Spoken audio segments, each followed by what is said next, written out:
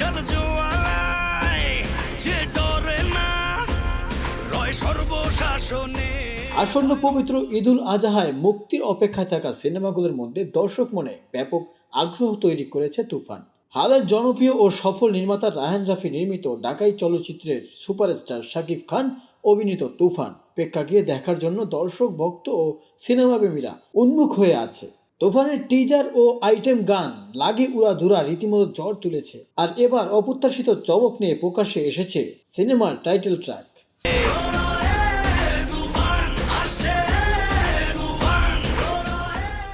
বুধবার ৫ জুন রাত ৯টায় তুফানের টাইটেল ট্র্যাক প্রকাশ্যে এসেছে। গানটির প্রযোজনা প্রতিষ্ঠান SBF ও চরকির ইউটিউব চ্যানেলে মুক্তি পেয়েছে। ২ মিনিট ১৩ সেকেন্ডের এই গানে রীতিমতো উত্তাল নেট দুনিয়া। ১৩ ঘন্টা এর ভিউ দাঁড়িয়েছে ১০ লক্ষেরও বেশি। গানটি একই সাথে নির্মাতা রায়হান রাফি তার সামাজিক যোগাযোগ মাধ্যমে ফেসবুক পেজে শেয়ার করে লিখেছেন, এই তুফান অদম্য, অপরাজয়, প্রবল, এই তুফান আসছে ইতিহাস গড়তে।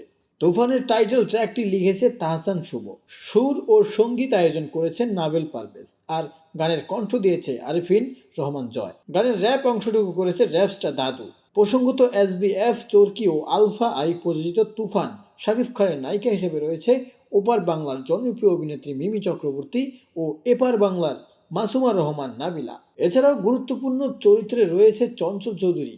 এ সিনেমায় আরও অভিনয় করেছেন শরীফুজ্জামান সেলিম, ফজলুর রহমান বাবু, গাজী রাফায়েত, AK আজাদ সেতু এবং হাসনাত রিপন সহ প্রমুখ। জল জোয়ারায় যে ডরে না রয় সর্বশাসনে।